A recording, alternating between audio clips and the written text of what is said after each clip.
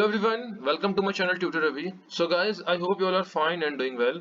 And guys, आप में से बहुत ऐसे पीटीयू के स्टूडेंट्स होंगे जिनके नवंबर 2021 सेमेस्टर एग्जाम्स के जो रिजल्ट्स हैं वो ऑलरेडी उनके जो लॉगिन आईडी है उस पर अपलोडेड हो चुके हैं।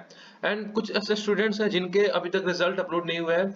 सो बहुत ऐसे स्टूडेंट्स की क्वेरी है कि उनके रिजल्ट्स कब आएंगे, या फिर और भी कुछ जिन बच्चों के रिजल्ट्स ऑलरेडी अपलोड हो चुके हैं सो उनके भी आंसर शीट्स के रिगार्डिंग कुछ ऐसे क्वेरीज हैं जिनका रिप्लाई पीटीयू ने अपने आज के इस नोटिस के थ्रू किया है। सो इसमें फर्स्ट क्वेरी क्या है जो स्टूडेंट्स के द्वारा पूछा गया है पीटीयू से, एंड पीटीयू ने जो मैक्सिमम टाइम्स जो क्वेरी पूछे गए पीटीयू से उनका रिप्लाई पीटीयू ने एक नोटिस के थ्रू किया है।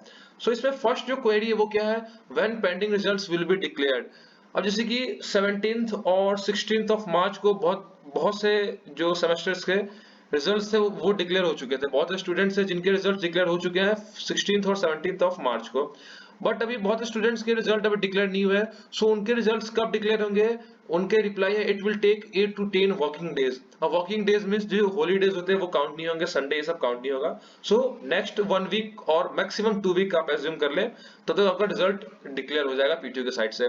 अब सेकंड क्वेरी क्या है, I am marked absent wrongly. जो आपका रिजल्ट आया होगा सो रिजल्ट में आपका जो रिजल्ट में मार्क्स नहीं होगा, मार्क्स आपका एब्सेंट मार्क होगा।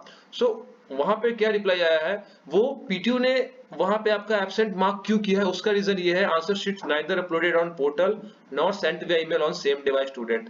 मींस कि आप जिस दिन आपका एग्जाम था आपने टाइम से पहले आप आंसर शीट्स को अपलोड भी नहीं कर पाया है, एंड अपलोड नहीं होने पे सेम डे आंसर शीट को मेल करना था। सो आपने वो भी नहीं किया है, जो कि मैं ऑलरेडी प्रीवियस वीडियोस में डिस्कस कर चुका हूं कि अगर आपका सेम टाइम से पहले मेल नहीं हो, आंसर शीट अपलोड नहीं हो पा रहा है तो आप पीटीयू को पहले मेल कर दें, उसके बाद आप फिर आंसर शीट्स को अपलोड करने का ट्राई करते हैं, क्योंकि लेट अपलोड भी हो जाता है पीटीयू की वेबसाइट पे।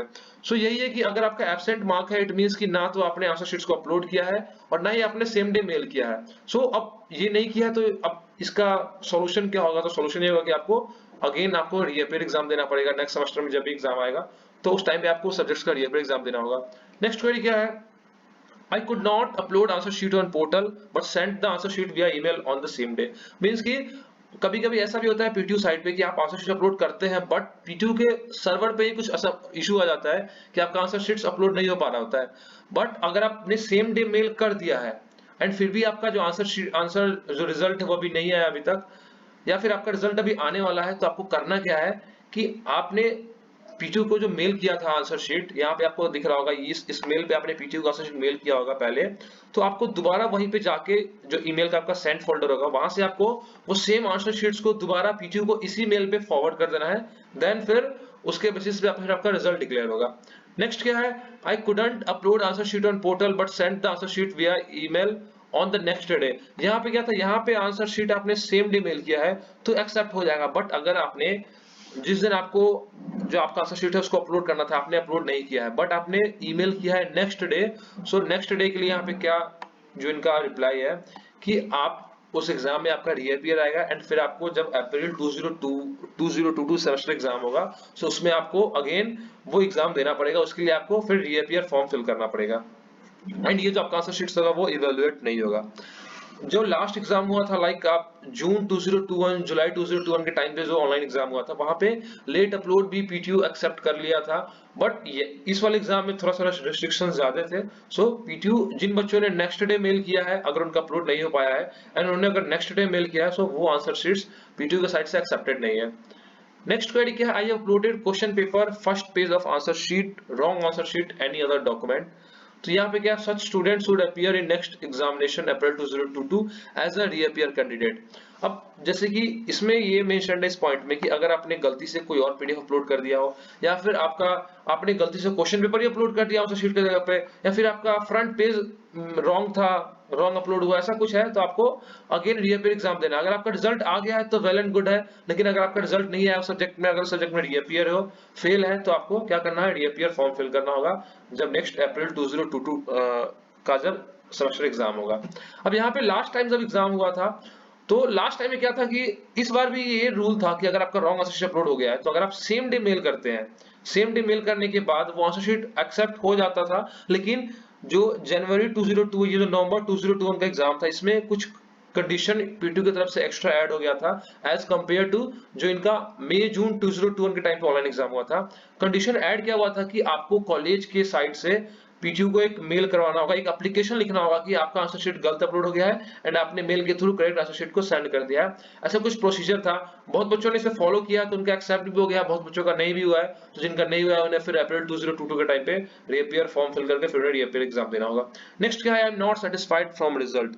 मींस आपको ऐसा लग रहा है कि आपका अपने सब्जेक्ट में कंटेंट ज्यादा लिखा है, आपको मार्क्स उसके कंपेयर में कम मिले हैं, सो आप रीएवोल्यूशन फॉर्म फिल कर सकते हैं। वो आप लॉगिन आईडी पे जाएंगे तो वहां पे आपको रीएवोल्यूशन फॉर्म आता है, अभी मे भी ना आया हो, कुछ टाइम में आपको वहां पे रीएवोल्यूशन फॉर्म आ जाएगा।